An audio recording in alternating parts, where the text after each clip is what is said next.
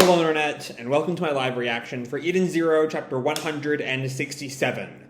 So last chapter, a lot of folks died. Shura and Ijuna, for one,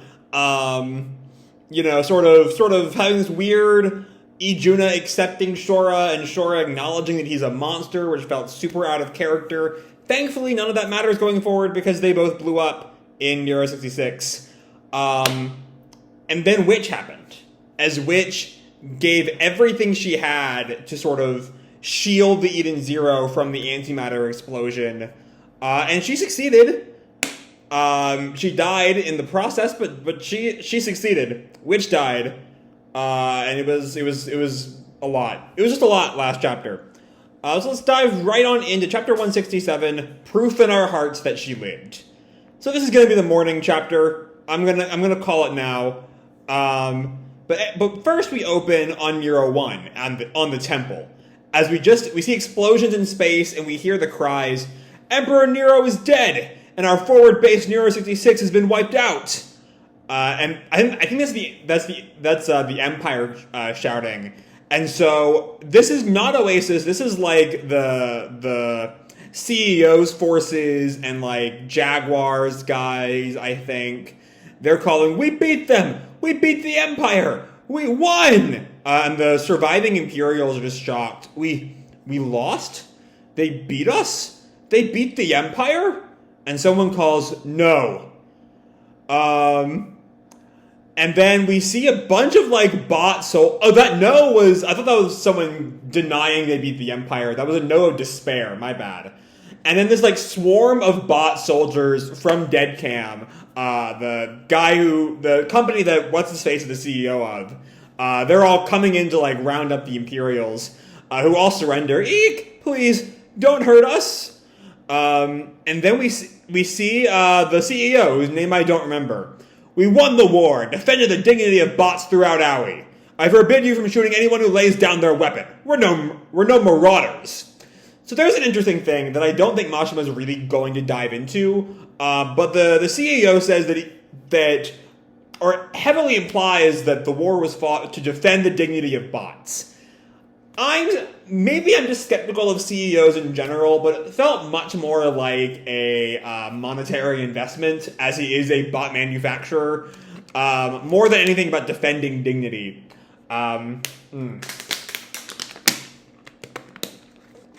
But maybe we'll see more about that, maybe we won't. Either way, we come to some army guys.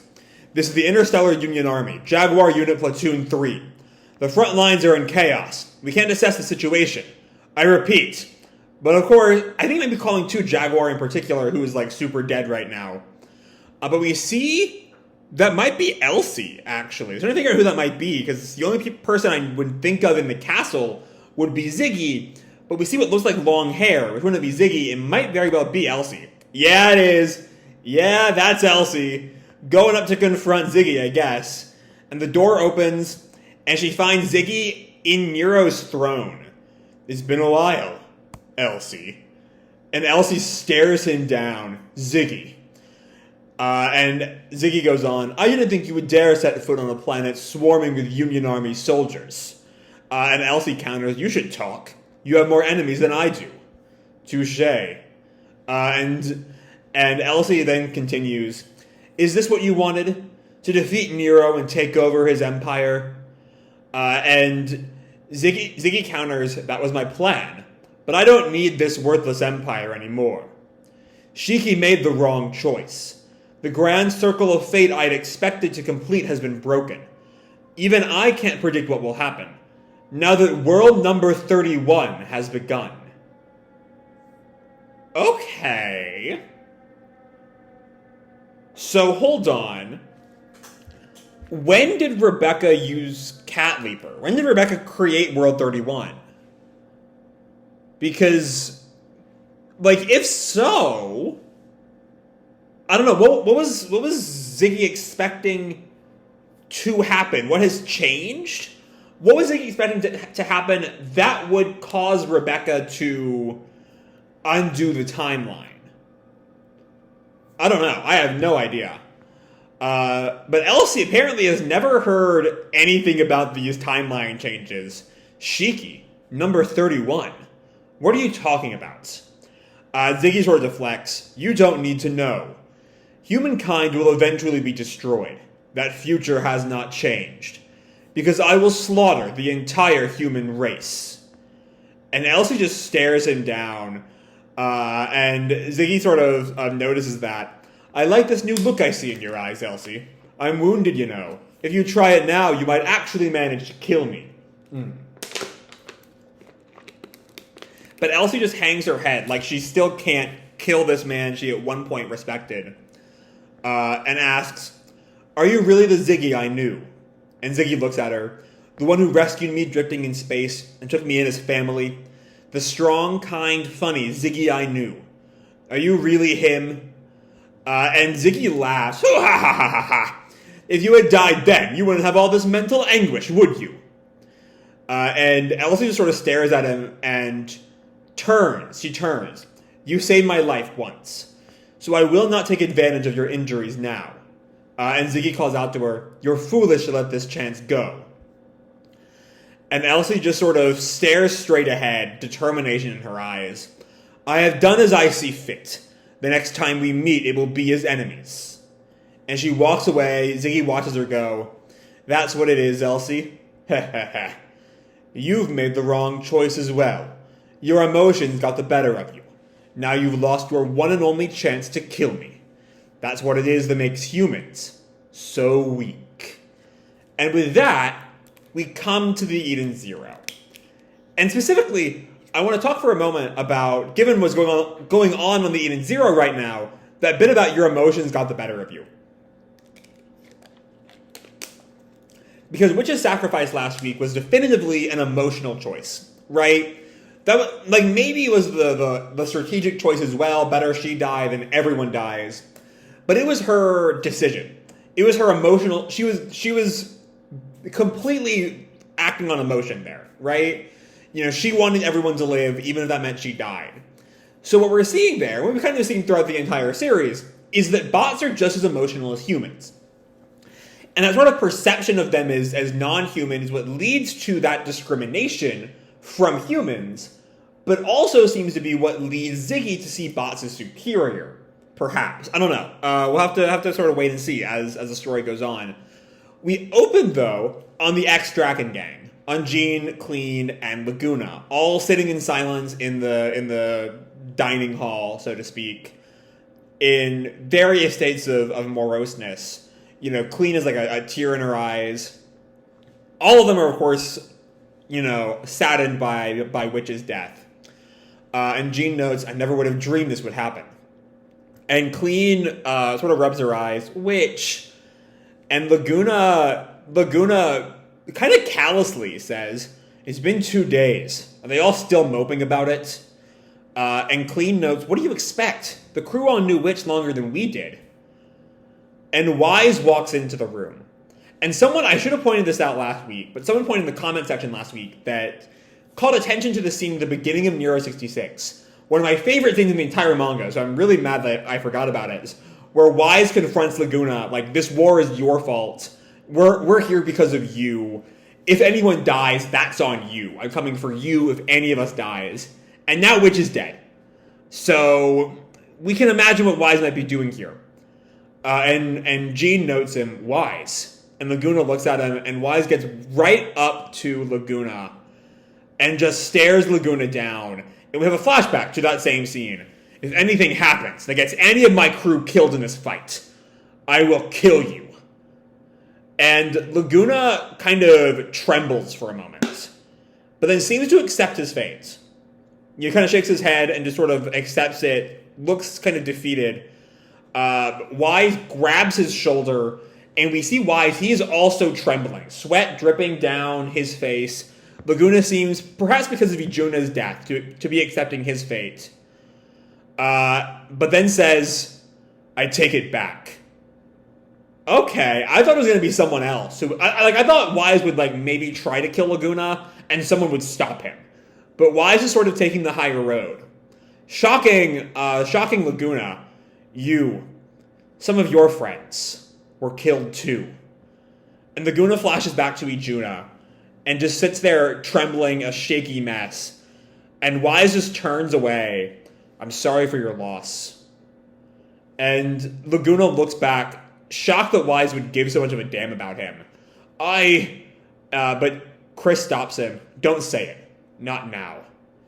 And Clean just watches on as we sort of leave them behind. All sort of dealing with their various pains in their own way. And then we come up to it's the place where Sister and Witch mourned Valkyrie, the garden observatory place. And we see it's Sister and Hermit and Moscow, Homura, Happy, and Kino. I guess besides Happy, they're all the Starshine equivalents. Besides Moscow's sort of odd there. But still, we have Sister and Hermit just sort of dealing with what's happened. Sister says, first Valkyrie, now Witch. And Hermit picks up, another one of the four shining stars is gone. And Sister then asks, so will it be me or Hermit next? And Moscow interjects, don't talk like that. And Valkyrie, also dejected, notes, it will make Witch sad to hear you speak in such a manner. And Sister we see her start to just weep. I still can't wrap my head around it. It doesn't make sense. Witch can't be dead. And Hermit as well, I can't believe it. That we'll never see her again. And Happy is just letting it all pour down. I don't like this. I miss her. Pino as well. Me too. I still had so much I wanted to talk to her about. And Homura also notes, we all feel the same way. And then we move to somewhere else in the ship. With Rebecca, in particular. Keep in mind, I think, what Ziggy said about this being World 31. She's apparently at Shiki's room. Shiki, I'm coming in. And she opens the door, and she sees Shiki just curled up on his bed, food uneaten. I get the distinct sense he's been there for the past 2 days. Especially if he blames himself for what happened to Witch for not going after the bombs. And Rebecca notes, you haven't had a bite to eat in 2 days. And Shiki sort of moves from his curled position to sitting on the bed. Yeah, sorry. I just can't get anything down. And Rebecca tells him, if you don't eat, you'll wreck your health. Yeah. And Rebecca sits down on the bed beside Shiki, and they both just sit there. Rebecca's seeming a bit more relaxed. Shiki's kind of hunched over, and Rebecca turns to him. Hey, Shiki, do you remember what you told Homura in front of Valkyrie? You said if you had friends, you can move on. Was she there for that? I thought that was just Shiki and Homura. But Shiki notes, that was pretty much the worst thing I could have said, huh? And Rebecca notes, no. I think it gave Homura the strength she needed. But Shiki's just trembling. But I can't do it. Witch, and we have all of these sort of memories of Witch, as kind of the leader, the caring mother figure, the kind of fun mother figure. Just Witch in all her forms. I keep seeing her face, hearing her gentle voice. I can't get them out of my head. I just can't forget all the good times we had together. And Rebecca tells him, right, because you never should forget them. But with that, Shiki has started crying again. He tries to wipe his eye. How can you be so okay with this? And Rebecca asks him, do I look like I'm okay? And she takes her top off. We can see the top of her bra. I don't know what's about to happen right now. Shiki just looks at her in shock. Of course I'm not okay. I've been trying to use my cat powers for 2 days. And we see what she's showing is the entire left side of her body is covered in cracks. She is literally falling apart. Okay. Wow.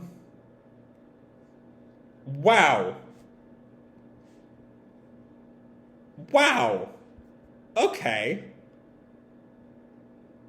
I will say, I like the I kind of wish her left eye, the one that's covered in the cracks, was sort of faded out. I think that would be a nice parallel with her and Shiki. But that's not the point. That's not the point. It's just, wow.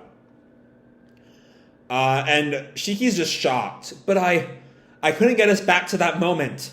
And we see Shiki is just tears streaming. If you don't get back on your feet soon, I might literally wreck myself. And we see she's starting to cry too. And she just goes to hug Shiki. I miss Witch too. We had plans to go shopping together. That feels like a minor thing right now. But, okay. And after a moment, Shiki hugs her back. I'm sorry, Rebecca.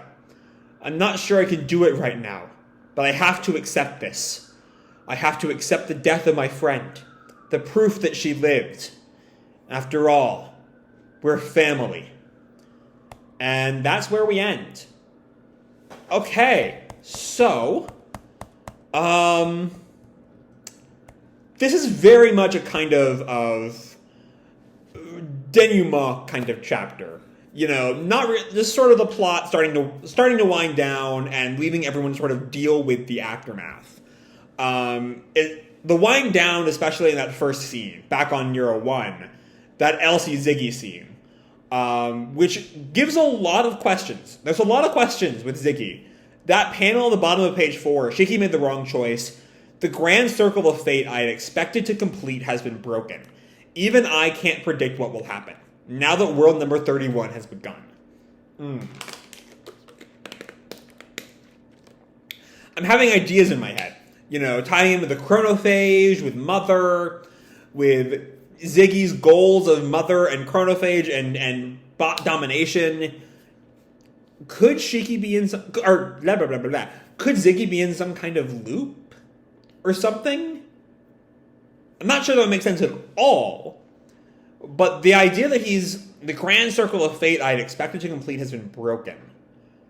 That's the thing that I think is the most interesting line here. You know, now that world number 31 has begun, I guess one of Rebecca's multiple times trying to overextend Cat Leaper has led to some kind of timeline shift. Not a big enough one to save Witch, but still some kind of shift. But there's still that grand circle of fate I had expected to complete has been broken.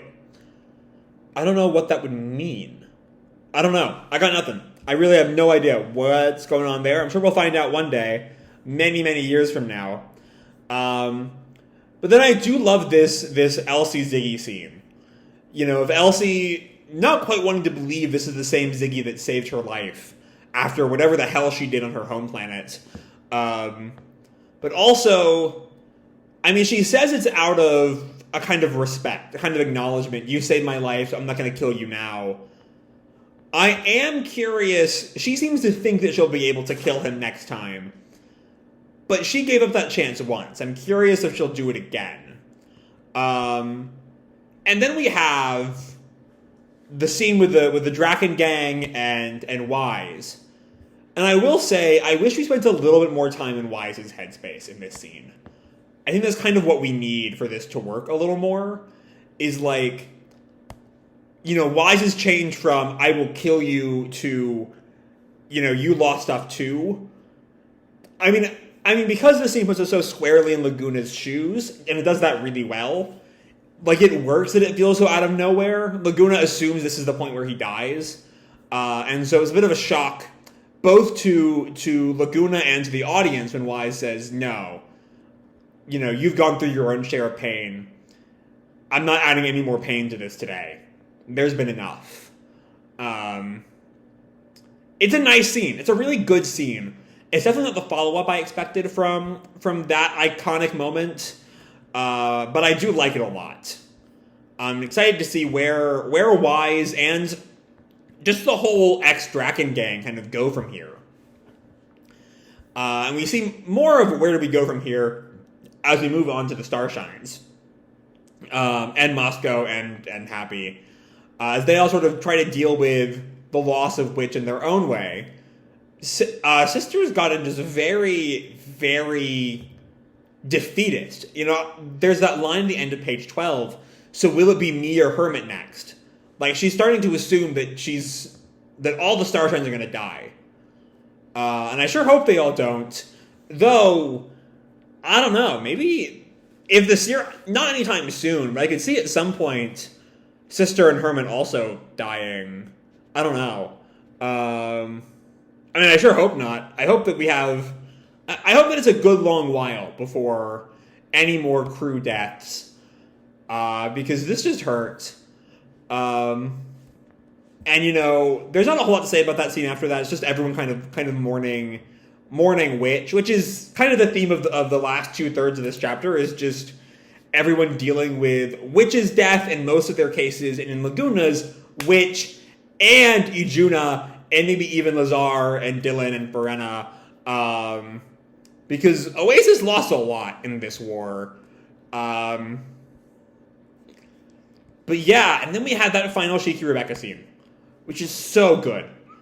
You know, the callback to Valkyrie's death, as Shiki all of a sudden finds that kind of viewpoint, if you have friends you can move on, now that he's lost a friend like this, to just be so callous. You know, how could he ever have said that?